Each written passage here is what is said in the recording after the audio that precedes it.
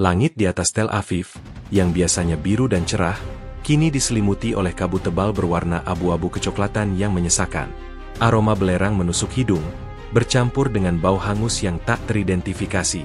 Pemandangan itu adalah manifestasi visual dari sebuah bencana yang bahkan para ahli paling skeptis sekalipun tidak pernah membayangkan akan terjadi. Sebuah neraka yang turun ke bumi, menghancurkan jantung Israel. Bencana ini bukan datang dalam bentuk gempa bumi, serangan militer, atau badai, melainkan dalam wujud paling purba dan mengerikan, banjir lava panas yang mematikan. Pada hari itu, Israel terbangun dari tidurnya yang nyenyak, hanya untuk disambut oleh teror yang membekukan. Setelah letusan Gunung Hermon yang terjadi sehari sebelumnya, yang awalnya dianggap sebagai anomali geologis yang relatif aman, masyarakat dikejutkan oleh aliran lava cair yang bergerak dengan kecepatan luar biasa. Aliran panas yang berkecepatan tinggi ini, yang oleh para ilmuwan digambarkan sebagai sungai api, mengalir dari dataran tinggi Hermon, mengikuti topografi alami menuju jantung wilayah yang paling padat penduduknya. Tel Aviv, kota modern yang berjuluk kota tanpa henti, adalah yang pertama merasakan kengerian tersebut.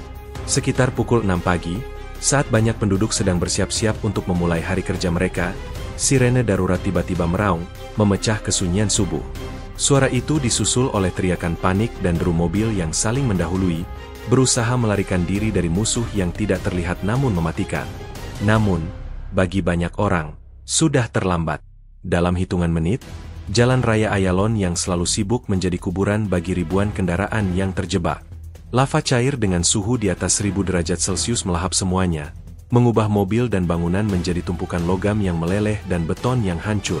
Foto-foto satelit yang kemudian dirilis menunjukkan garis hitam pekat yang membentang dari utara ke selatan, bekas dari aliran lava yang menghanguskan. Dari Tel Aviv, gelombang kehancuran meluas ke arah Yerusalem dan Haifa. Di Yerusalem, sebuah kota yang suci bagi 3 agama besar dunia, ketakutan menggantikan kehikmatan. Banjir lava yang mematikan ini tidak pandang bulu, menghancurkan situs-situs bersejarah, rumah ibadah, dan pemukiman yang telah berdiri selama ribuan tahun. Tembok ratapan, Al-Aqsa, dan gereja makam Kudus terancam oleh lautan api yang mendekat. Walaupun upaya heroik oleh tim darurat berhasil mengalihkan sebagian aliran, kerusakan yang terjadi sudah tak terhitung. Sebagian besar kota tua kini diselimuti debu vulkanik dan puing-puing, dengan landmark yang ikonik tampak seperti hantu di tengah lanskap yang baru terbentuk. Di utara, kota pelabuhan Haifa juga tak luput dari nasib yang sama. Kota ini, yang dikenal dengan Taman Bahai yang indah dan universitasnya, kini menjadi lautan abu dan reruntuhan. Dermaga dan kapal-kapal yang bersandar di pelabuhan terbakar habis, melumpuhkan salah satu jalur perdagangan terpenting di Timur Tengah. Asap hitam tebal mengepul dari tangki-tangki minyak yang meledak, menciptakan awan jamur yang terlihat dari jarak puluhan kilometer. Kesaksian dari para nelayan yang berada di laut menceritakan bagaimana air di teluk tiba-tiba mendidih dan berubah warna menjadi merah, sebuah fenomena yang menunjukkan betapa kuatnya energi panas yang dilepaskan oleh bencana ini. Laporan awal dari Kementerian Kesehatan Israel, yang dirilis dalam sebuah pernyataan singkat, mengonfirmasi jumlah korban jiwa mencapai 3.000 orang, dengan puluhan ribu lainnya masih dinyatakan hilang. Angka ini diperkirakan akan terus bertambah seiring dengan berjalannya proses pencarian dan evakuasi. Banyak korban yang diduga tidak sempat melarikan diri, terkubur di bawah lapisan tebal lava yang kini telah membeku menjadi batu hitam. Proses identifikasi jenazah menjadi tantangan yang sangat besar, mengingat kondisi fisik mereka yang sudah tidak dapat dikenali. Pihak berwenang telah meminta bantuan dari tim forensik internasional untuk membantu dalam proses yang rumit dan emosional ini. Yang membuat situasi ini semakin mengerikan adalah keheningan dari pucuk pimpinan negara. Perdana Menteri Benyamin Netanyahu, yang dikenal sering tampil di depan publik dalam setiap krisis, kini memilih untuk bungkam. Sejak laporan awal tentang letusan Gunung Hermon, tidak ada satupun pernyataan resmi yang keluar dari kantornya. Berbagai media, baik domestik maupun internasional, telah berusaha menghubungi juru bicara Perdana Menteri, namun semua upaya tidak membuahkan hasil. Keheningan ini menimbulkan spekulasi dan kemarahan publik. Di tengah keputusasaan yang meluas, rakyat Israel mendambakan kata-kata penghiburan dan jaminan dari pemimpin mereka. Namun, yang mereka dapatkan hanyalah kekosongan, sebuah kebisuan yang memekakan telinga, sama mengerikannya dengan deru lava itu sendiri. Sebuah bangsa yang terluka dan berduka, kini merasa ditinggalkan di saat mereka paling membutuhkan bimbingan dan kepemimpinan. Jika ada satu hal yang bisa dikatakan dengan pasti, letusan Gunung Hermon bukanlah bagian dari skenario yang pernah diperhitungkan oleh Israel atau komunitas geologi global. Gunung ini, yang dikenal sebagai Mata Israel di utara, karena puncaknya yang sering bersalju dan pentingnya sebagai lokasi strategis, selalu dianggap sebagai gunung mati. Namun, pada Jumat dini hari, pukul 3.15, anggapan itu hancur. Sebuah getaran kuat, yang awalnya diremehkan sebagai gempa bumi kecil, memicu serangkaian peristiwa yang tak terbayangkan. Pagi yang seharusnya membawa kehidupan, justru berubah menjadi awal dari kehancuran total. Banjir lava yang meletus dari puncak Hermon tidak mengalir seperti sungai air biasa, melainkan seperti gelombang kehancuran yang tak terhentikan, dipenuhi dengan kekuatan panas yang mampu meleburkan apapun yang dilewatinya. Aliran lava ini, yang menurut para ahli memiliki suhu antara 1000 hingga 1200 derajat Celcius, bergerak dengan kecepatan mematikan, menuruni lereng gunung, melintasi dataran tinggi Golan, dan menyebar ke seluruh wilayah utara Israel. Berdasarkan analisis citra satelit dan rekaman kamera pengawas yang masih berfungsi, serangan pertama dari lava terjadi di pinggiran utara kota Haifa. Dalam waktu kurang dari 2 jam setelah letusan besar, lava sudah menelan puluhan kilometer persegi lahan pertanian, hutan, dan pemukiman kecil. Para penduduk yang sempat melihat dari kejauhan menggambarkan pemandangan itu seperti tangan iblis yang membara, merayap ke arah kota. 3 jalur utama aliran lava terbentuk, masing-masing menargetkan kota-kota besar di bawahnya. Satu menuju Haifa, satu lagi ke arah Tel Aviv, dan yang ketiga, yang paling mengejutkan dan mematikan, menyimpang ke arah Yerusalem. Di Haifa, kota pelabuhan yang dikenal dengan keindahan pantainya, kengerian itu datang dari timur laut. Jalur lava utama, dengan lebar mencapai ratusan meter, menyapu permukiman padat penduduk di lereng Gunung Karmel. Sirene yang meraung-raung menjadi pengiring dari teror yang tak terlukiskan. Penduduk yang panik mencoba melarikan diri, tetapi jalanan sudah terlalu padat. "Saya melihatnya datang," kata Yael Rabin, seorang perawat yang berhasil selamat, kepada reporter dari rumah sakit darurat di Acre. "Awalnya seperti asap hitam, lalu saya melihat api. Bukan api biasa, itu api dari tanah. Mobil di depan saya mencoba mundur, tetapi mereka tidak sempat. Dalam sekejap, mobil itu lenyap. Saya hanya bisa berteriak." Kesaksian serupa datang dari berbagai penjuru, menceritakan kengerian yang sama, kehancuran yang begitu cepat, begitu total, sehingga mustahil untuk melawannya. Sementara itu, di Tel Aviv, kota yang selalu berdenyut dengan kehidupan, kehancuran datang dari utara. Aliran lava menyapu jalan raya utama Ayalon, yang menjadi urat nadi kota. Pemandangan di sana seperti adegan dari film horor. Ribuan mobil yang terjebak dalam kemacetan total, ditinggalkan oleh pemiliknya yang panik. Namun, bagi banyak orang, meninggalkan mobil mereka tidak cukup. Panas yang luar biasa dari aliran lava membuat suhu udara di sekitarnya melonjak drastis. Kaca-kaca jendela pecah, ban meledak, dan logam mencair, menciptakan pemandangan yang kacau dan mengerikan. Salah satu rekaman amatir yang viral di media sosial, yang diambil dari sebuah gedung pencakar langit, menunjukkan Ayalon sebagai sungai merah menyala, dengan titik-titik cahaya, mobil yang terbakar, tersebar di sepanjang jalurnya.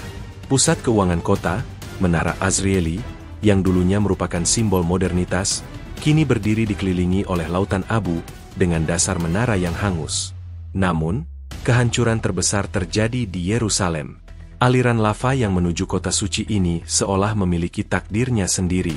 Alih-alih melewati pinggiran kota, aliran itu terpecah menjadi beberapa cabang, mengepung kota tua dari berbagai sisi. Dinding-dinding batu berusia ribuan tahun yang dibangun oleh Raja Daud dan Herodes menghadapi ancaman yang belum pernah mereka lihat. Situs-situs suci seperti Bukit Kuil, Tembok Ratapan, dan Gereja Makam Kudus berada di jalur aliran lava. Ribuan orang, baik warga maupun peziarah, yang terjebak di dalam kota tua, tidak memiliki tempat untuk melarikan diri. Tim darurat dan tentara berupaya mati-matian membangun barikade darurat dan memompa air dalam jumlah besar untuk mendinginkan lava, tetapi upaya ini tidak sebanding dengan kekuatan alam. Sebagian dari Tembok Ratapan, yang dianggap sebagai situs paling suci bagi Yahudi, dilaporkan hancur, sebuah kehancuran yang tidak hanya merusak fisik tetapi juga psikologis dan spiritual bagi jutaan orang di seluruh dunia. Analisis dari Institut Geologi Israel menunjukkan bahwa lava Gunung Hermon memiliki kandungan gas yang sangat tinggi, yang membuatnya lebih encer dan bergerak lebih cepat dari perkiraan awal. Kandungan gas yang tinggi ini juga menghasilkan awan piroklastik, campuran gas panas dan abu vulkanik, yang bergerak cepat dan mematikan, membakar dan mencekik siapapun yang berada di jalurnya. Ini bukan sekadar lava. Ini adalah kombinasi paling mematikan dari panas, gas, dan kecepatan, kata Dr. Avraham Levy, seorang ahli vulkanologi yang kini bekerja tanpa henti di Pusat Komando Bencana. Kota-kota kita tidak dirancang untuk menghadapi serangan seperti ini. Tidak ada pertahanan yang bisa menahan aliran cair dengan suhu ribuan derajat. Kita hanya bisa menyaksikan dan mencoba menyelamatkan apa yang tersisa. Dampak awal dari banjir lava ini telah mengubah lanskap Israel secara permanen. Pemandangan hijau dan modern kini digantikan oleh lautan hitam yang hangus dan puing-puing. Ribuan bangunan, dari rumah, sekolah, hingga rumah sakit, telah musnah. Jaringan listrik, air, dan komunikasi terputus total. Kerusakan yang terjadi sangat luas dan mendalam, jauh melampaui kerugian finansial. Ini adalah sebuah luka yang sangat dalam di hati bangsa Israel, sebuah trauma kolektif yang akan terus menghantui mereka selama bertahun-tahun mendatang. Angka 3.000 hanyalah sebuah titik awal. Jumlah korban jiwa, yang diumumkan secara hati-hati oleh otoritas Israel pada konferensi pers darurat, merupakan taksiran paling konservatif yang bisa mereka berikan. Angka ini mencakup mereka yang dipastikan tewas dan jenazah mereka telah ditemukan, atau setidaknya diidentifikasi dari sisa-sisa yang tertinggal. Namun, seiring dengan berjalannya waktu, jumlah ini diperkirakan akan membengkak, mungkin hingga 2 atau 3 kali lipat. Ribuan orang masih dinyatakan hilang, terkubur di bawah lapisan lava yang kini telah mendingin dan mengeras menjadi batu vulkanik yang tebal dan tak tertembus. Laporan dari tim penyelamat, yang bekerja dalam kondisi yang tak terbayangkan, menggambarkan kesulitan yang mereka hadapi. Di Tel Aviv, di mana banjir lava menelan pemukiman padat penduduk, tim pencari harus menggunakan alat berat untuk memecah lapisan lava yang tebalnya mencapai beberapa meter. Panas dari bawah masih terasa, dan uap beracun dari gas yang terperangkap masih keluar dari celah-celah. Menurut Shlomo Pretz, kepala tim SAR di Tel Aviv, ini bukan lagi operasi penyelamatan. Ini adalah operasi pencarian jenazah yang sangat sulit. Setiap sentimeter persegi yang kami gali, kami menemukan puing-puing, tetapi jarang sekali kami menemukan jenazah yang utuh. Mereka telah termakan oleh lava, dan yang tersisa hanyalah abu atau fragmen tulang yang sangat kecil. Kami harus menggunakan alat deteksi khusus untuk menemukan sisa-sisa yang mungkin terkubur. Di Haifa, situasinya tidak kalah mengerikan. Banjir lava yang menghantam kota pelabuhan itu menelan sebagian besar permukiman di lereng gunung. Banyak penduduk yang tinggal di rumah-rumah tua yang terbuat dari batu tidak sempat melarikan diri. Tim penyelamat menemukan ratusan jenazah di dalam rumah-rumah yang hangus terbakar, menunjukkan bahwa mereka tidak sempat menyadari ancaman yang datang begitu cepat. Salah satu cerita paling memilukan adalah tentang sebuah keluarga di lingkungan Neve Sha'anan yang terkunci di ruang bawah tanah mereka, berusaha menghindari panas. Tim penyelamat menemukan mereka bersatu dalam satu pelukan, menjadi saksi bisu dari kengerian yang mereka alami di detik-detik terakhir kehidupan mereka. Namun, Yerusalem adalah tempat di mana duka mencapai puncaknya. Kota suci ini, yang seharusnya menjadi tempat perlindungan spiritual, kini menjadi tempat tragedi yang tak terbayangkan. Aliran lava tidak hanya menelan bangunan, tetapi juga ribuan peziarah yang sedang beribadah di situs-situs suci. Laporan dari petugas pemadam kebakaran yang bertugas di area tersebut menceritakan bagaimana mereka harus berjuang melalui asap dan uap panas untuk mencoba mengevakuasi orang-orang dari area yang terkepung. Namun, banyak dari mereka yang tidak bisa diselamatkan. Salah satu saksi mata, seorang rabi yang selamat, mengatakan bahwa kami mendengar teriakan, doa, dan tangisan yang bercampur aduk. Kami berlari, tetapi dimanapun kami berpaling, ada api atau reruntuhan. Ini adalah kiamat, bukan hanya bagi kami, tetapi bagi seluruh dunia. Proses identifikasi jenazah menjadi tantangan forensik yang sangat besar. Dengan sebagian besar korban yang terbakar atau terkubur dalam material vulkanik, identifikasi melalui sidik jari atau visual hampir tidak mungkin. Tim forensik harus beralih ke identifikasi DNA, sebuah proses yang memakan waktu lama dan membutuhkan sampel dari keluarga korban. Pusat identifikasi jenazah darurat telah didirikan di pinggir kota, di mana ratusan keluarga mengantre setiap hari, menunggu kabar tentang orang-orang yang mereka cintai. Suasana di sana dipenuhi dengan keheningan yang mencekam, hanya sesekali dipecahkan oleh isak tangis yang tertahan. Cerita-cerita tentang kehilangan juga mulai bermunculan. Dari seorang ayah yang kehilangan seluruh keluarganya saat mereka mencoba melarikan diri, hingga sebuah komunitas kecil yang seluruhnya musnah. Foto-foto orang-orang yang hilang dipasang di tiang-tiang listrik dan dinding-dinding yang masih berdiri, dengan harapan yang kian menipis. Kisah dari seorang ibu yang kehilangan putranya, seorang tentara muda yang sedang bertugas di Hermon saat letusan terjadi, menjadi simbol dari duka yang dirasakan oleh seluruh bangsa. Mereka mengatakan dia adalah pahlawan, katanya dengan suara bergetar. Tapi saya hanya ingin anak saya kembali. Keheningan Perdana Menteri Benyamin Netanyahu, yang terus berlanjut, semakin menambah duka dan kemarahan publik. Banyak yang merasa bahwa penderitaan mereka diabaikan. Para korban yang selamat dan keluarga dari mereka yang hilang merasa bahwa tidak ada pemimpin yang mau berbagi kesedihan dengan mereka. Pertanyaan tentang mengapa tidak ada peringatan dini yang efektif, mengapa tidak ada rencana evakuasi yang jelas, dan mengapa pemerintah terlihat tidak siap menghadapi bencana ini, mulai menggema di seluruh negeri. Di atas semua abu dan puing, yang tersisa adalah duka yang mendalam dan pertanyaan-pertanyaan yang tak terjawab, sebuah warisan dari pagi yang gelap di puncak Hermon. Di tengah jeritan sirene, tangisan pilu para korban, dan kehancuran yang tak terbayangkan, ada satu suara yang diharapkan namun tidak pernah terdengar, suara Perdana Menteri Benyamin Netanyahu. Keheningannya bukan hanya sekadar absennya sebuah pidato, melainkan sebuah ketiadaan kepemimpinan yang terasa hampa, memekakan telinga, dan menimbulkan pertanyaan besar di seluruh negeri yang sedang berduka. Jika dalam setiap krisis besar sebelumnya Netanyahu selalu tampil di depan kamera, dengan nada tegas dan meyakinkan, kali ini yang ada hanyalah kekosongan, sebuah kebisuan yang tak dapat dimaafkan. Sejak letusan Gunung Hermon pertama kali dilaporkan, semua mata tertuju pada kantor Perdana Menteri di Yerusalem. Rakyat berharap akan ada pernyataan yang menenangkan, arahan yang jelas, atau setidaknya pengakuan atas skala bencana yang terjadi. Namun, yang mereka dapatkan hanyalah pernyataan singkat dari juru bicara pemerintah yang tidak menyebutkan nama Netanyahu sama sekali. Pernyataan itu hanya berisi imbauan agar masyarakat tetap tenang dan mengikuti petunjuk dari otoritas darurat, tanpa ada janji bantuan yang spesifik atau ungkapan duka cita dari pemimpin tertinggi. Keheningan ini memicu gelombang spekulasi yang liar. Apakah Perdana Menteri tidak sadar akan skala bencana? Apakah dia sedang sakit? Apakah dia merasa takut untuk menghadapi kemarahan publik? Berbagai teori beredar di media sosial dan saluran berita.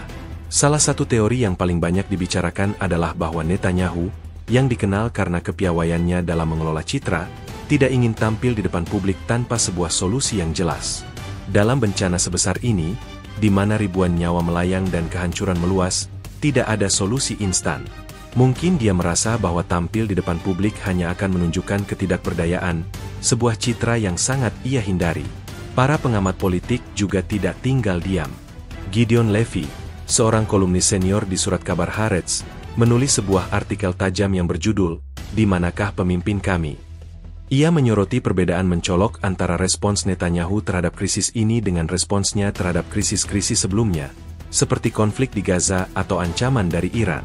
Ketika ada musuh yang bisa dilawan, Netanyahu selalu menjadi singa yang mengaum. Tetapi ketika musuh itu adalah alam, sesuatu yang tidak bisa ia taklukkan, ia bersembunyi. Ini bukan kepemimpinan, ini adalah pengecutan, tulis Levy. Kritik serupa datang dari pemimpin oposisi, yang menuntut penjelasan segera dan mengkritik pemerintah karena dianggap tidak siap dan tidak transparan. Kekecewaan publik semakin memuncak. Di pusat-pusat evakuasi darurat, para korban yang selamat, yang kehilangan segalanya, menuntut jawaban. "Saya melihat rumah saya terbakar," kata Avram Cohen, seorang pensiunan guru dari Tel Aviv. "Saya kehilangan segalanya, dan yang saya inginkan hanyalah kata-kata penghiburan dari pemimpin kami. Tetapi tidak ada. Hanya ada keheningan. Apakah kami tidak penting baginya?" Pertanyaan ini menggema di mana-mana, mencerminkan perasaan ditinggalkan yang mendalam. Kisah tentang bungkamnya Perdana Menteri ini menjadi narasi sentral dalam pemberitaan internasional. Media-media besar seperti BBC, CNN, dan Al Jazeera menyoroti keheningan Netanyahu sebagai poin kunci dalam respons bencana yang dianggap kacau. Para koresponden asing di Tel Aviv dan Yerusalem melaporkan suasana yang penuh dengan kemarahan dan kebingungan. Mereka membandingkan respons ini dengan respons pemimpin lain di seluruh dunia yang selalu berada di garis depan saat bencana melanda negara mereka. Perbandingan ini semakin mempertegas kejanggalan dalam sikap Netanyahu. Selain itu, kebisuan Perdana Menteri juga menghambat upaya koordinasi. Dengan tidak adanya pernyataan dari pemimpin tertinggi, berbagai kementerian dan lembaga negara terlihat bergerak secara terpisah, tanpa arahan yang terpusat. Kementerian Pertahanan, Kementerian Kesehatan, dan pasukan penyelamat bekerja keras, tetapi mereka tidak memiliki seorang tokoh sentral yang bisa mengorkestrasi seluruh upaya. Hasilnya adalah kekacauan, tumpang tindih dalam tugas, dan penundaan yang tidak perlu. Sebuah pernyataan internal dari seorang pejabat anonim di kantor Perdana Menteri, yang bocor ke media, menyebutkan bahwa Netanyahu telah mengurung diri di bunker keamanan dan mengadakan pertemuan rahasia dengan para penasihat terdekatnya. Namun, informasi ini tidak dapat diverifikasi dan hanya menambah bahan bakar untuk spekulasi yang sudah ada. Apapun alasannya, keheningan ini telah menimbulkan luka psikologis yang dalam bagi sebuah bangsa yang sudah terluka secara fisik. Pada akhirnya, keheningan Netanyahu bukan hanya tentang ketiadaan kata-kata, tetapi tentang ketiadaan empati dan tanggung jawab. Di saat bangsa membutuhkan seorang pemimpin untuk bangkit dan menunjukkan jalan, yang mereka dapatkan hanyalah kekosongan. Keheningan ini akan tercatat dalam sejarah sebagai salah satu kegagalan kepemimpinan terbesar dalam masa-masa paling kelam. Ini adalah duka di atas duka, sebuah ironi pahit dari seorang pemimpin yang selalu mengklaim sebagai pelindung rakyatnya, namun menghilang di saat mereka paling membutuhkannya. Di tengah lautan abu dan reruntuhan yang mengepulkan asap, terdengar kisah-kisah keberanian, keberuntungan, dan penderitaan yang tak terbayangkan. Mereka adalah para korban selamat, saksi bisu dari kengerian yang menimpa Israel. Kisah mereka bukan hanya tentang pelarian dari maut, tetapi juga tentang trauma mendalam yang kini menjadi bagian tak terpisahkan dari hidup mereka. Kesaksian mereka, yang dikumpulkan dari pusat-pusat evakuasi, rumah sakit darurat, dan kamp pengungsian, adalah potret nyata dari neraka yang melanda. Salah satu kisah yang paling menyentuh adalah milik Rachel Ben Moshe, seorang ibu rumah tangga berusia 45 tahun dari Tel Aviv. Dia sedang menyiapkan sarapan untuk keluarganya saat sirene darurat meraung. Awalnya, dia mengira itu adalah latihan atau alarm palsu. "Saya tidak pernah berpikir lava bisa sampai ke sini," katanya. Suaranya bergetar. "Kami tinggal di kota. Tidak ada gunung berapi di dekat sini." Namun, beberapa menit kemudian, bau belerang yang menyengat dan asap tebal yang membubung dari arah utara membuyarkan keraguannya. Panik, dia dan suaminya, David, segera membangunkan dua anak mereka, Ben, 12, dan Liora, 8. Mereka hanya sempat meraih beberapa barang penting sebelum berlari ke mobil. Jalan raya sudah macet total. Dalam keputusasaan, David memutar kemudi dan mencoba melarikan diri melalui jalan-jalan kecil di lingkungan mereka. Mereka berhasil, tetapi saat melihat ke belakang, mereka menyaksikan rumah mereka, seluruh lingkungan mereka, lenyap ditelan oleh sungai api. Rachel kehilangan segalanya, rumah, kenangan, dan perasaan aman. "Saya bersyukur kami selamat," katanya sambil menahan air mata. "Tetapi setiap kali saya memejamkan mata, saya melihat rumah saya meleleh. Saya melihat tetangga-tetangga saya yang tidak sempat keluar." Kisah lain datang dari Aharon Lev, seorang pensiunan tukang listrik berusia 70 tahun dari Haifa. Aharon dan istrinya, Sarah, tidak memiliki mobil. Saat lava mendekat, mereka memutuskan untuk berlindung di ruang bawah tanah mereka yang kokoh. "Kami pikir itu tempat aman," ujar Aharon. Mereka bersembunyi di sana selama lebih dari 12 jam, mendengar suara gemuruh yang mengerikan dan getaran yang mengguncang tanah. Suhu di ruang bawah tanah naik drastis, membuat mereka sulit bernapas. Mereka kehabisan air dan udara bersih. Ketika akhirnya tim penyelamat menemukan mereka, ruang bawah tanah itu hampir seluruhnya tertutup oleh lava yang membeku. Sarah sudah tidak sadarkan diri. "Saya pikir kami akan mati di sana," katanya. Sarah dilarikan ke rumah sakit dengan luka bakar serius dan gangguan pernapasan. Aharon selamat tanpa luka fisik yang parah, tetapi trauma psikologisnya sangat mendalam. "Saya tidak akan pernah kembali ke sana," katanya. "Itu bukan lagi rumah saya. Itu kuburan. Di Yerusalem, kisah-kisah yang muncul memiliki dimensi spiritual dan fisik. Moshe Cohen, seorang mahasiswa di sebuah sekolah rabbinik, sedang berdoa di dekat tembok ratapan ketika bencana terjadi. Ada kepanikan yang luar biasa, katanya. Orang-orang berteriak. Kami mencoba berlari ke atas bukit, tetapi jalanan sudah terhalang. Kami mendengar suara ledakan besar. Saat saya melihat ke belakang, saya melihat sebagian tembok ratapan runtuh. Itu adalah pemandangan yang menghancurkan jiwa. Rasanya seperti sebuah era telah berakhir. Moshe berhasil selamat dengan berlindung di sebuah gua kecil bersama beberapa orang lain.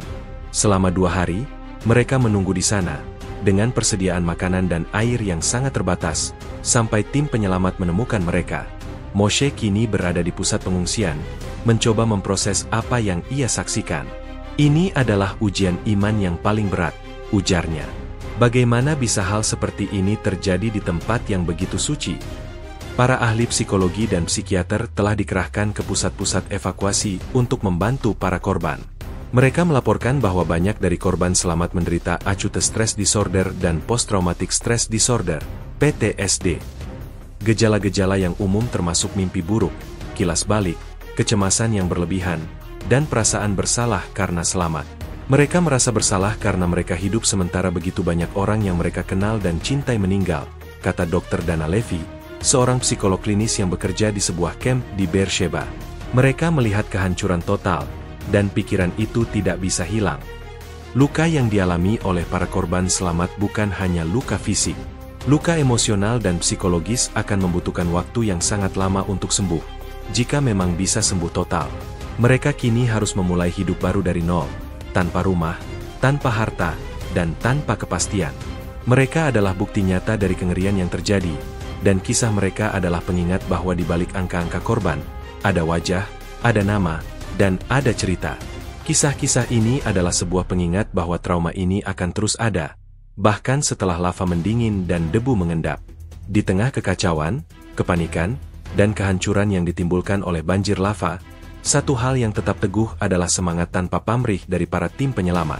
Petugas pemadam kebakaran, personel militer, relawan Palang Merah, dan dokter dari Magen David Adom, MDA, atau Bulan Sabit Merah, bergegas ke zona bencana, mempertaruhkan nyawa mereka di tengah bahaya yang tak terlihat. Mereka adalah pahlawan tanpa tanda jasa, bekerja dalam bayangan kematian dan menghadapi tantangan yang belum pernah mereka alami. Upaya penyelamatan dimulai bahkan sebelum aliran lava benar-benar berhenti. Tim-tim pertama, yang terdiri dari pasukan khusus militer yang dilatih untuk operasi di lingkungan berbahaya, dikirim ke Tel Aviv. Misi mereka adalah mencari korban selamat yang mungkin terjebak di dalam bangunan atau di dalam mobil yang masih bisa dijangkau. Namun, mereka tidak hanya menghadapi reruntuhan. Suhu udara di beberapa lokasi mencapai puluhan derajat Celcius di atas normal, membuat peralatan mereka kepanasan dan menyulitkan pernapasan. Udara dipenuhi dengan gas beracun, seperti sulfur dioksida dan karbon dioksida, yang bisa mematikan dalam hitungan menit. Kami harus mengenakan alat bantu pernapasan dan pakaian pelindung khusus, kata Kapten Itai Golan, seorang komandan tim penyelamat. Panasnya begitu intens, rasanya seperti kami sedang berjalan di dalam oven. Di Haifa, fokus utama operasi penyelamatan adalah mengevakuasi ribuan penduduk yang terjebak di lereng Gunung Karmel yang dikelilingi oleh lava. Tim-tim pemadam kebakaran dan polisi Israel bekerja sama untuk membuat jalur evakuasi darurat, meskipun banyak jalan yang sudah tidak bisa dilewati. Mereka menggunakan tali dan derek untuk menurunkan orang-orang dari gedung-gedung yang terancam. Itu adalah perlombaan melawan waktu, ujar seorang petugas pemadam kebakaran, yang menolak disebutkan namanya. Lava bergerak perlahan di beberapa area, tetapi gas beracunnya menyebar dengan cepat. Kami harus bergerak secepat mungkin, menyelamatkan sebanyak mungkin orang sebelum mereka kehabisan napas. Para helikopter militer juga dikerahkan untuk mengevakuasi orang-orang dari atap gedung dan tempat-tempat tinggi yang terisolasi. Namun, tantangan terbesar ada di Yerusalem. Dengan ribuan peziarah dan warga yang terperangkap di kota tua, tim penyelamat harus bergerak dengan sangat hati-hati, berusaha tidak merusak situs-situs bersejarah. Mereka berhadapan dengan labirin ganggang sempit dan bangunan-bangunan kuno yang tidak kokoh. Operasi penyelamatan di sana bukan hanya tentang mencari korban, tetapi juga tentang melindungi warisan budaya. Para teknisi dan ahli arkeologi dilibatkan untuk membantu tim penyelamat, memberikan arahan tentang struktur yang aman untuk dilalui. Namun, terlepas dari semua upaya, banyak yang tidak dapat diselamatkan.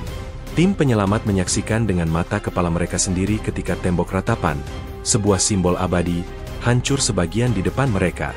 Di pusat komando darurat, yang didirikan di sebuah pangkalan militer di dekat Beersheba, para koordinator bekerja tanpa henti.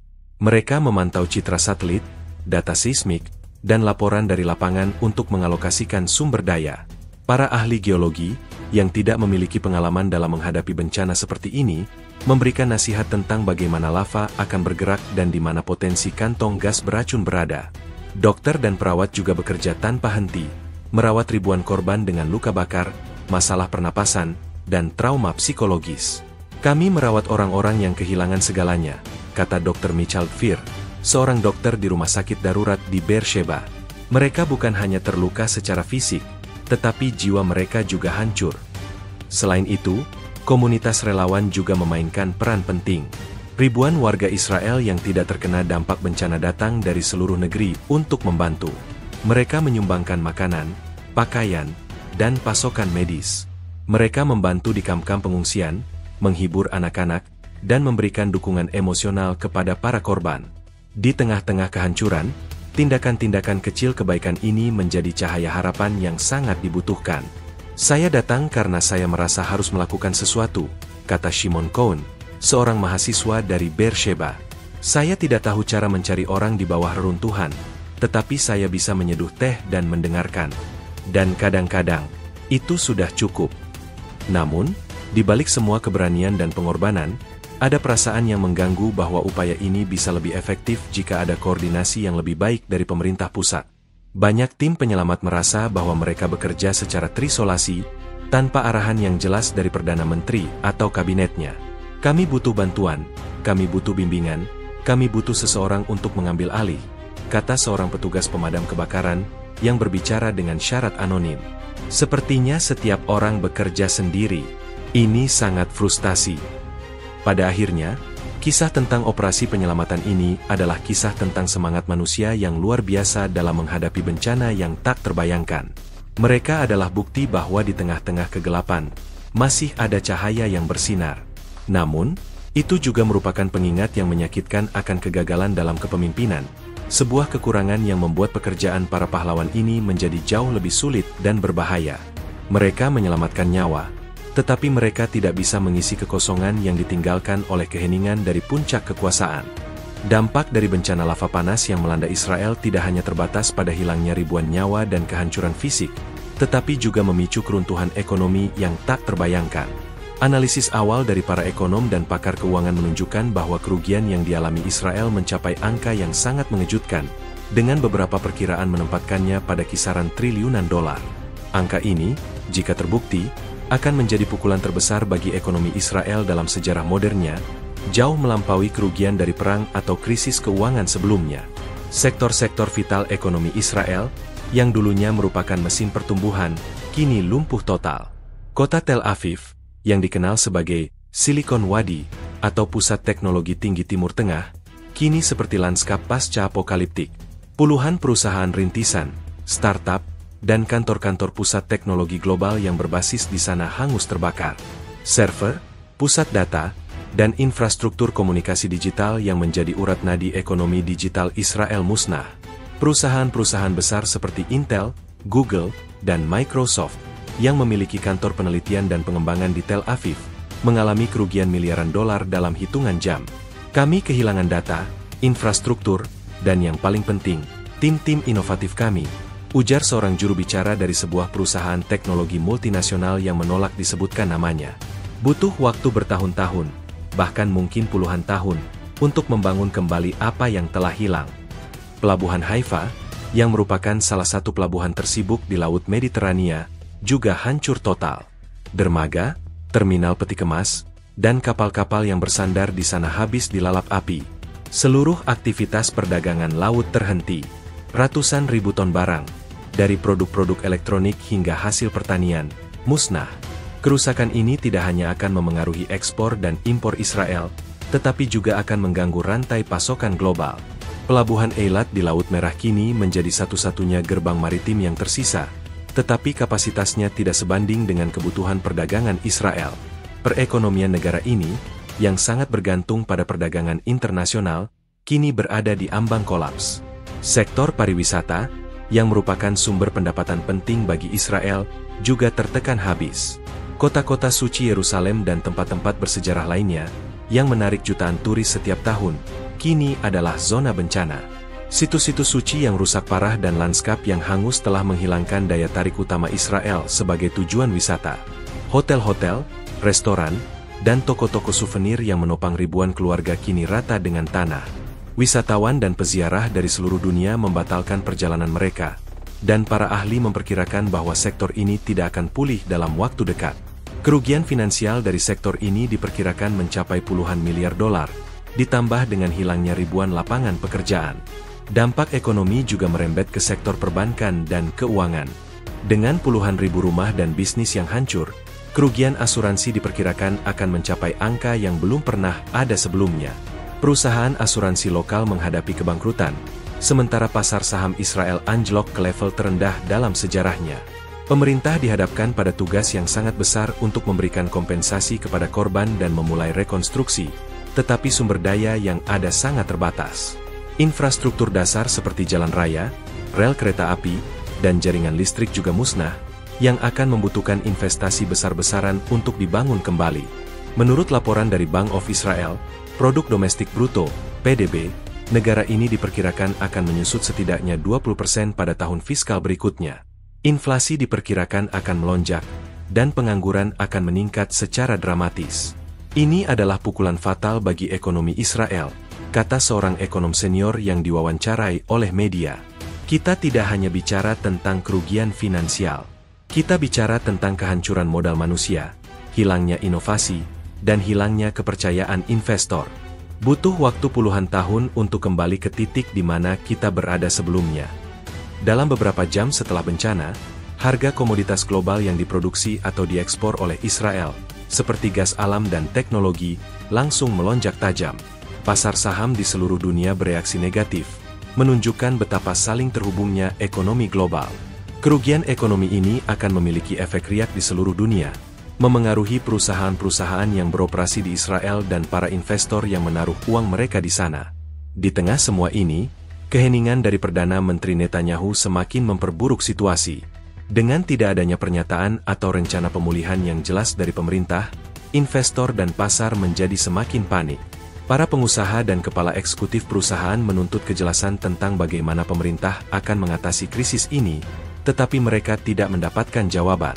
Ketidakpastian ini hanya menambah ketakutan, dan banyak perusahaan yang sudah mulai memindahkan operasi mereka keluar Israel.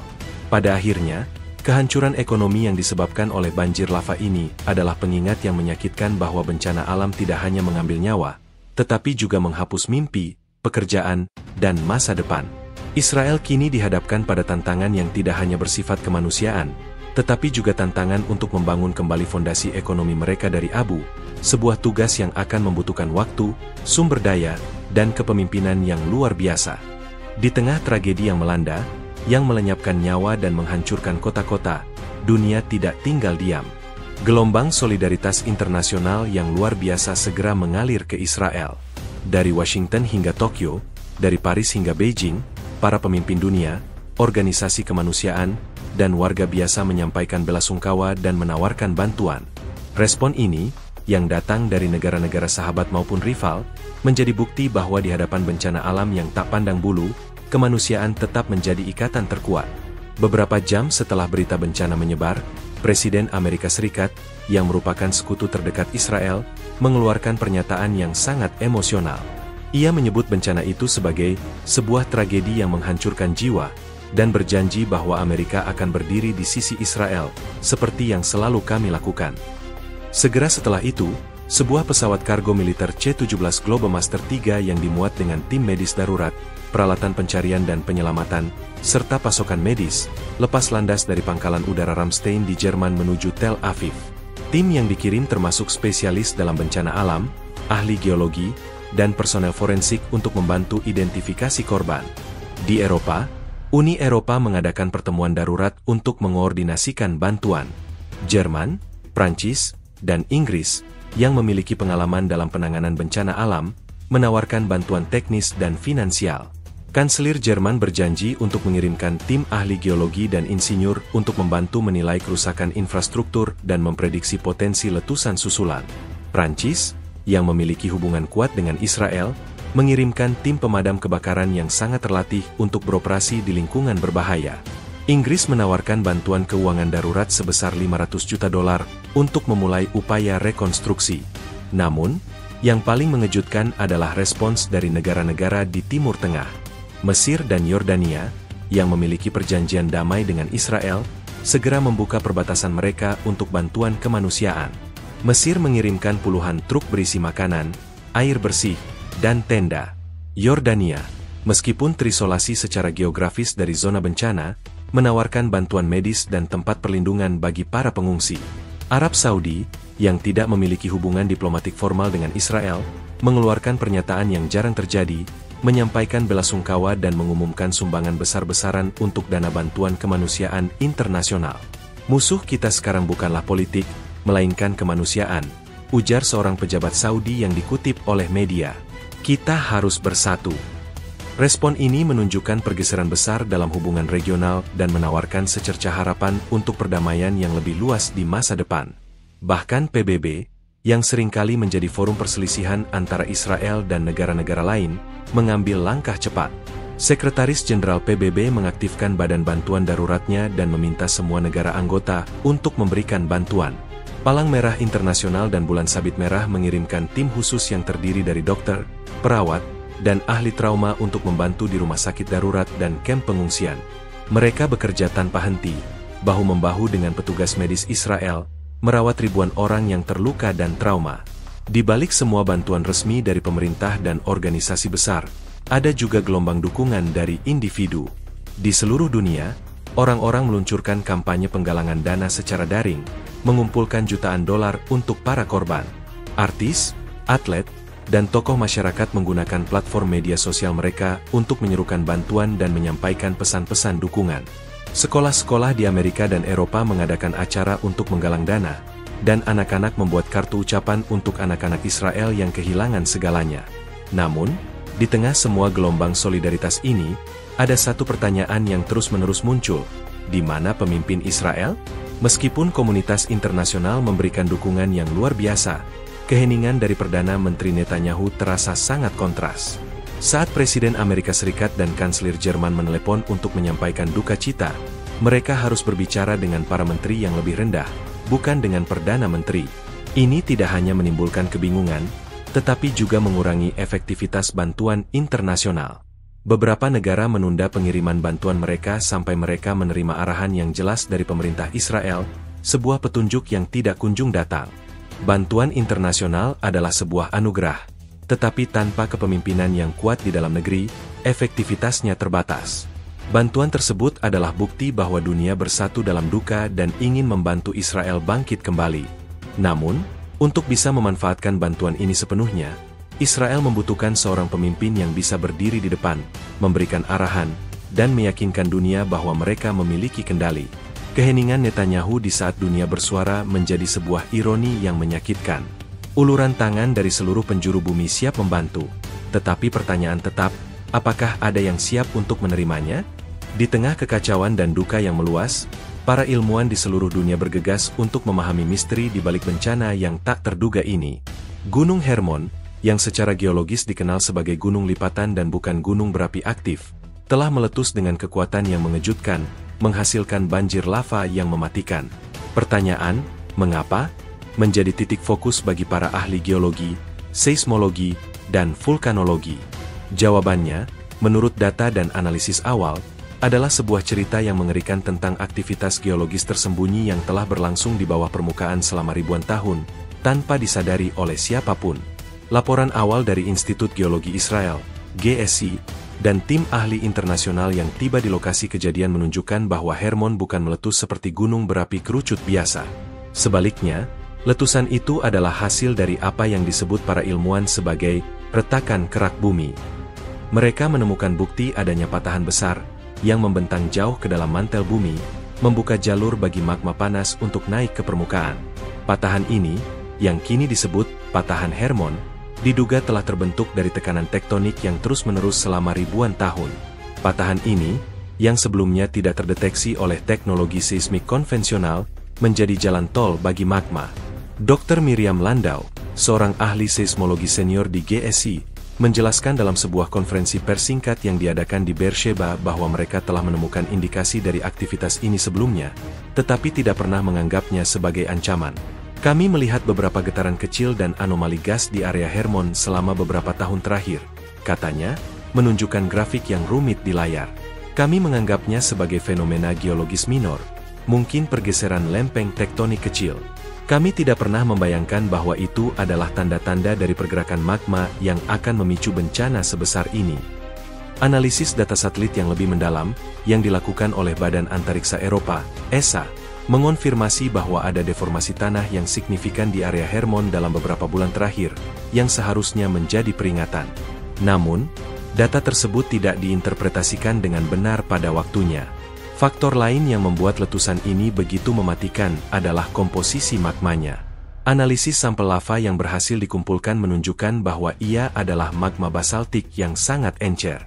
Magma jenis ini terbentuk dari mantel bumi yang lebih dalam, dan memiliki viskositas yang rendah serta kandungan gas yang tinggi. Inilah yang menjelaskan mengapa lava itu bisa mengalir dengan kecepatan yang luar biasa, mencapai puluhan kilometer per jam, dan menyebar hingga ke Tel Aviv dan Yerusalem.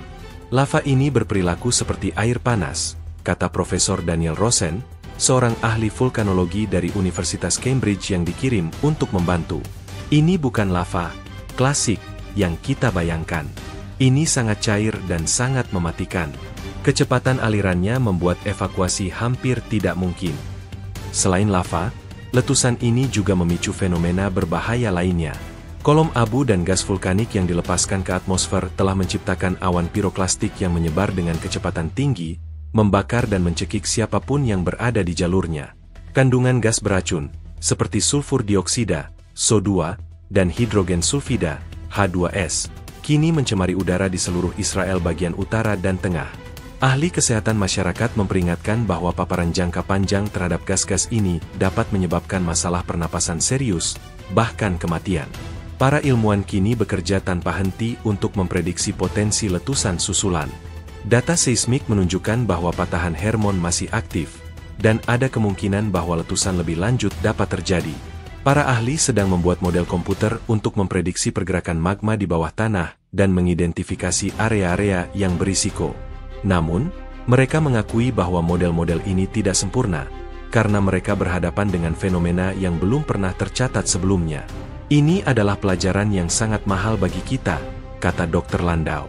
Kita harus sepenuhnya mengubah cara kita memandang ancaman geologis. Sesuatu yang kita anggap mati, bisa saja tidur, dan bangun dengan cara yang paling mengerikan. Penemuan tentang patahan Hermon juga menimbulkan pertanyaan besar tentang keamanan geologis seluruh wilayah. Jika Hermon, yang dianggap aman, dapat meletus, bagaimana dengan area-area lain yang secara geologis lebih aktif? Para ilmuwan menyerukan untuk dilakukannya pemetaan ulang geologis secara menyeluruh di seluruh Timur Tengah. Pada akhirnya, analisis ilmiah ini tidak hanya memberikan pemahaman tentang apa yang terjadi, tetapi juga berfungsi sebagai peringatan. Bencana ini bukanlah sebuah kebetulan, melainkan hasil dari proses geologis yang telah berlangsung di bawah permukaan selama berabad-abad, tanpa disadari oleh manusia. Letusan Gunung Hermon adalah pengingat yang brutal bahwa di bawah lapisan peradaban yang kita bangun, ada kekuatan alam yang dahsyat, yang menunggu untuk dilepaskan. Di tengah duka dan kehancuran, pertanyaan yang paling sering diajukan oleh masyarakat Israel dan dunia adalah, mengapa tidak ada peringatan? Pertanyaan ini bukanlah sekadar ungkapan frustrasi, melainkan sebuah tuntutan yang serius untuk akuntabilitas. Dengan ribuan nyawa melayang dan kerugian yang tak terhitung, kegagalan sistem peringatan dini dan respons pemerintah menjadi sorotan utama. Investigasi awal yang dilakukan oleh berbagai lembaga independen mulai mengungkap fakta-fakta yang mengejutkan, menunjukkan bahwa bencana ini bisa saja dicegah, atau setidaknya dampaknya bisa diminimalisir, jika saja ada koordinasi dan kepemimpinan yang efektif. Menurut laporan internal yang bocor dari Institut Geologi Israel, GSI, dan unit militer terkait, tanda-tanda awal letusan sebenarnya sudah terdeteksi. Dalam rentang waktu 2 minggu sebelum letusan, sensor-sensor seismik yang dipasang di sekitar Gunung Hermon mencatat peningkatan signifikan dalam aktivitas gempa mikro. Gempa-gempa kecil ini, yang tidak terasa oleh manusia, adalah indikasi kuat dari pergerakan magma di bawah permukaan. Selain itu, stasiun pemantauan gas di wilayah tersebut juga melaporkan peningkatan kadar gas sulfur dioksida, SO2, dan karbon dioksida, CO2, yang tidak biasa. Namun, data-data ini tidak diinterpretasikan dengan benar. Seorang ahli geologi senior, yang berbicara dengan syarat anonim, mengatakan bahwa, kami memiliki data, tetapi kami tidak memiliki model yang tepat untuk memahaminya. Hermon tidak pernah dianggap sebagai gunung berapi. Jadi, data-data ini diabaikan sebagai anomali atau kesalahan sensor. Kegagalan ini diperburuk oleh kurangnya komunikasi antara lembaga-lembaga yang berbeda. Data seismik dimiliki oleh GSI, sementara laporan gas dikumpulkan oleh Kementerian Perlindungan Lingkungan, dan pengamatan militer berada di bawah komando IDF, Pasukan Pertahanan Israel. Tidak ada satupun pusat komando yang bertugas mengumpulkan dan menganalisis semua data ini secara terintegrasi. Sebuah laporan dari media investigasi Haaretz menyebutkan bahwa ada email-email yang dikirim oleh seorang ilmuwan muda di GSI kepada atasannya, memperingatkan tentang aktivitas yang tidak biasa di Hermon, tetapi email tersebut tidak pernah direspons atau diteruskan ke pihak yang berwenang. Sistemnya sangat terkotak-kotak, kata salah satu sumber. Informasi yang krusial tidak sampai ke meja yang tepat pada waktunya. Selain kegagalan teknis dan komunikasi, ada juga kegagalan kepemimpinan politik. Laporan intelijen tentang aktivitas geologis di Hermon memang sampai ke kantor Perdana Menteri, tetapi dianggap sebagai ancaman sekunder dibandingkan dengan ancaman keamanan tradisional seperti Iran atau Hizbullah. Perdana Menteri Benyamin Netanyahu dan kabinetnya sibuk dengan isu-isu politik dan keamanan, dan mengabaikan peringatan yang datang dari para ilmuwan. Bahkan setelah letusan pertama, yang seharusnya menjadi peringatan terakhir, tidak ada perintah evakuasi massal yang dikeluarkan. Keputusan itu baru diambil setelah banjir lava sudah mulai menelan kota-kota, membuat evakuasi menjadi kacau balau dan memakan ribuan korban. Masyarakat sipil juga tidak diberi informasi yang memadai. Tidak ada kampanye kesadaran publik tentang potensi bahaya geologis di wilayah Israel. Warga tidak tahu apa yang harus mereka lakukan jika terjadi bencana seperti itu. Tidak ada jalur evakuasi yang jelas, tidak ada tempat perlindungan yang ditunjuk, dan tidak ada latihan darurat yang dilakukan. Kami tidak tahu harus pergi kemana, kata seorang warga Yerusalem yang selamat. Kami hanya melihat orang-orang berlari dan kami mengikuti. Tidak ada yang memberi kami arahan. Kritik terhadap pemerintah juga datang dari mantan pejabat militer dan keamanan. Mayor Jenderal Purnawirawan Amos Yadlin, mantan kepala intelijen militer, mengatakan dalam sebuah wawancara televisi bahwa ini adalah kegagalan intelijen yang sangat besar. Bukan intelijen dalam artian musuh manusia, tetapi intelijen dalam artian kegagalan untuk memahami ancaman yang ada di bawah tanah kita sendiri. Kita terlalu sibuk melihat keluar, sehingga kita tidak melihat bahaya yang ada di depan mata kita. Pada akhirnya, kegagalan peringatan dini ini bukanlah hasil dari satu kesalahan, melainkan hasil dari serangkaian kesalahan sistematis, mulai dari kurangnya investasi dalam penelitian geologi, fragmentasi birokrasi, hingga kegagalan kepemimpinan politik untuk memprioritaskan ancaman yang tidak bersifat militer. Keheningan Perdana Menteri Netanyahu dalam menghadapi bencana ini hanya menambah keyakinan publik bahwa pemerintah tidak siap, tidak kompeten, dan tidak bertanggung jawab. Pertanyaan, mengapa tidak ada peringatan? Akan terus menghantui Israel, dan jawabannya akan menjadi bagian paling menyakitkan dari trauma kolektif yang baru ini. Bencana ini adalah pengingat yang menyakitkan bahwa bahaya tidak selalu datang dari musuh yang kita kenal, tetapi juga dari alam yang kita anggap jinak. Dampak bencana banjir lava dari Gunung Hermon tidak berhenti pada kehancuran kota dan hilangnya nyawa manusia. Di balik asap dan puing-puing, sebuah tragedi lingkungan yang tak terbayangkan telah terjadi. Ekosistem yang rapuh dan kaya di seluruh utara Israel kini telah musnah, digantikan oleh hamparan batu hitam yang hangus dan lanskap yang mati. Para ahli lingkungan dan biologi yang telah diizinkan untuk masuk ke zona bencana menggambarkan pemandangan itu sebagai kiamat ekologis, sebuah kerusakan yang akan membutuhkan waktu berabad-abad, bahkan mungkin ribuan tahun, untuk pulih. Aliran lava panas yang bergerak cepat telah menelan puluhan ribu hektar lahan subur dan hutan yang menjadi habitat bagi flora dan fauna endemik. Hutan pinus di lereng Gunung Karmel, yang dulunya adalah paru-paru Haifa, kini hanya tinggal sisa-sisa pohon hangus yang mencuat dari lautan batu vulkanik. Lahan-lahan pertanian di dataran tinggi Golan, yang terkenal dengan kebun buah dan anggurnya, kini rata dengan tanah. Tanah yang dulunya kaya mineral kini tertutup oleh lapisan tebal lava yang membeku, membuat pertanian menjadi mustahil. Ini bukan sekadar kerusakan, kata Dr. Galiciani, seorang ahli biologi dari Universitas Tel Aviv. Ini adalah kematian total. Seluruh rantai makanan, dari mikroba di tanah hingga burung di udara, telah musnah. Dampak terhadap air bersih juga sangat parah. Air sungai, danau, dan waduk yang berada di jalur aliran lava telah tercemar oleh material vulkanik dan gas beracun. Danau Kinneret, yang merupakan sumber air minum utama Israel, kini terancam. Analisis awal menunjukkan adanya peningkatan signifikan dalam kadar sulfur dan mineral berat di air danau, yang membuatnya tidak aman untuk dikonsumsi.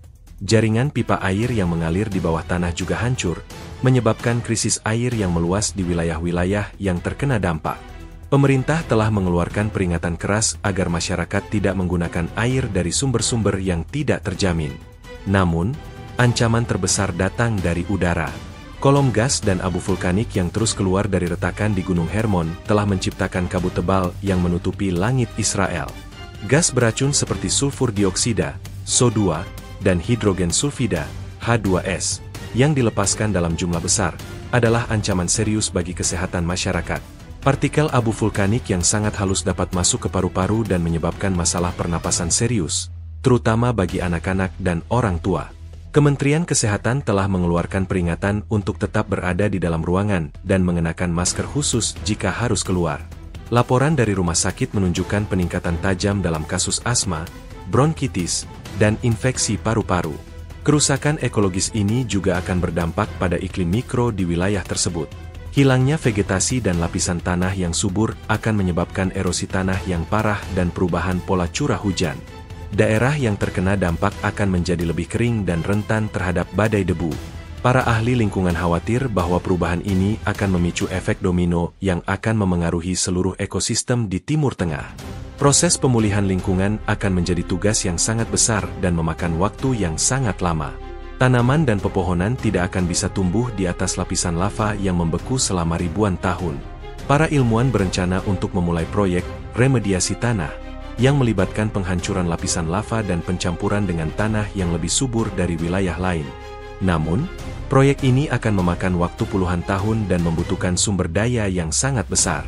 Memulihkan ekosistem yang kompleks, yang terdiri dari ribuan spesies yang saling bergantung satu sama lain, adalah tugas yang jauh lebih sulit.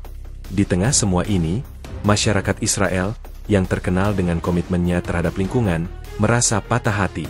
Banyak dari mereka yang telah menghabiskan hidupnya untuk menanam pohon dan merawat alam kini, harus menyaksikan pekerjaan seumur hidup mereka musnah dalam sekejap. Kisah dari seorang penjaga hutan yang telah menanam pohon selama lebih dari 30 tahun dan kini hanya bisa berdiri di atas lahan yang hangus menjadi simbol dari kehancuran ini. Saya merawat mereka seperti anak-anak saya, katanya, air mata menetes di wajahnya. Dan sekarang, mereka semua pergi.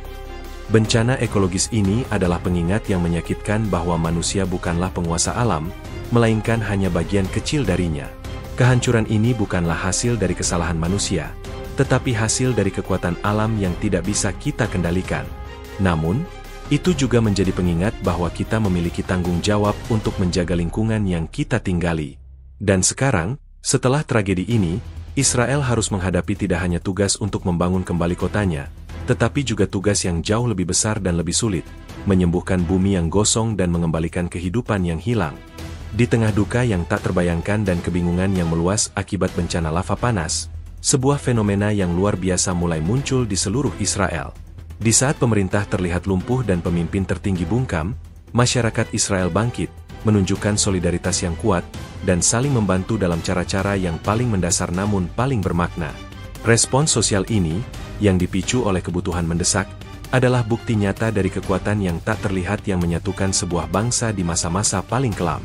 Jaringan relawan non-formal muncul dalam hitungan jam setelah bencana. Di Tel Aviv, di mana kehancuran paling parah terjadi, ribuan warga yang tidak terkena dampak berbondong-bondong datang ke pusat-pusat evakuasi darurat. Mereka membawa makanan yang dimasak sendiri, pakaian bersih, selimut, dan mainan untuk anak-anak. Sebuah grup di WhatsApp, yang awalnya dibentuk oleh beberapa teman, berkembang menjadi jaringan koordinasi logistik yang mengorganisir pengiriman pasokan dari Beersheba di selatan hingga kota-kota kecil yang terisolasi di utara. Saya tidak tahu apa yang harus saya lakukan, tetapi saya tahu saya tidak bisa duduk diam, kata Tamar, seorang mahasiswa dari Yerusalem, yang membawa sebuah mobil penuh dengan air minum ke kamp pengungsian. Kami tidak menunggu pemerintah. Kami adalah pemerintah sekarang. Solidaritas ini melampaui batas-batas politik, agama, dan etnis. Warga Yahudi, Arab, dan Druze, yang seringkali berada di sisi yang berlawanan dalam isu-isu politik, kini bekerja sama bahu-membahu. Di Haifa, sebuah masjid dan sinagoga membuka pintu mereka sebagai tempat perlindungan bagi siapa saja yang membutuhkan, tanpa memandang latar belakang agama mereka. Seorang pemimpin komunitas Arab di utara, yang dikenal karena kritik kerasnya terhadap kebijakan pemerintah, terlihat menyumbangkan darah di pusat donor darah darurat. Ini bukan tentang politik, katanya. Ini tentang kemanusiaan. Saudara-saudari kita sedang menderita, dan kita harus membantu. Di media sosial, tagar Israel bangkit dan semua bersama menjadi tren. Ribuan cerita tentang tindakan kebaikan kecil tersebar luas, menjadi inspirasi bagi orang lain. Seorang tukang roti di Yerusalem yang membagikan ribuan roti gratis kepada pengungsi. Seorang sopir taksi yang menawarkan tumpangan gratis kepada siapa saja yang mencoba melarikan diri dari zona bahaya. Sebuah keluarga yang membuka rumah mereka untuk menampung puluhan orang asing yang kehilangan tempat tinggal. Kisah-kisah ini, yang muncul dari keputusasaan, menjadi narasi tandingan dari keheningan pemerintah.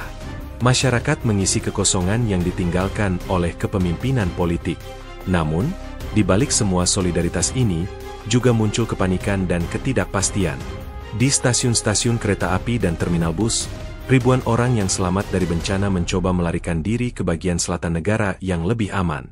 Kondisi di sana kacau, dengan laporan tentang penimbunan bahan bakar dan air, serta kenaikan harga yang tidak masuk akal. Polisi dan militer harus campur tangan untuk mengendalikan kerumunan. Ada juga laporan tentang ketegangan antara para pengungsi dan komunitas yang menampung mereka, terutama di kota-kota yang tidak memiliki sumber daya yang cukup untuk menampung gelombang manusia yang datang. Pada saat yang sama, keheningan Perdana Menteri Netanyahu semakin memperkuat perasaan ketidakpercayaan terhadap pemerintah. Banyak yang merasa bahwa mereka telah ditinggalkan. Kami menyatukan diri kami sendiri, kata seorang warga yang selamat. Tetapi mengapa kami harus melakukannya? Bukankah itu seharusnya pekerjaan pemerintah? Di mana uang pajak kami? Pertanyaan ini tidak hanya menggantung di udara, tetapi juga menjadi dasar dari ketidakpuasan yang akan datang. Meskipun demikian, semangat untuk saling membantu tidak surut. Organisasi-organisasi non-pemerintah, LSM, dan kelompok-kelompok sipil bekerja tanpa henti untuk mengisi celah yang ditinggalkan oleh pemerintah. Mereka mengumpulkan donasi, menyediakan layanan psikologis bagi para korban, dan membantu mencari orang hilang. Mereka adalah bukti bahwa bahkan tanpa kepemimpinan yang efektif, sebuah bangsa bisa tetap bersatu. Pada akhirnya, respons sosial Israel terhadap bencana ini adalah sebuah cerminan yang kompleks. Di satu sisi, itu menunjukkan kehangatan, solidaritas, dan ketahanan yang luar biasa dari rakyatnya. Di sisi lain, itu juga mengekspos kegagalan mendasar dalam kepemimpinan dan kesiapan pemerintah.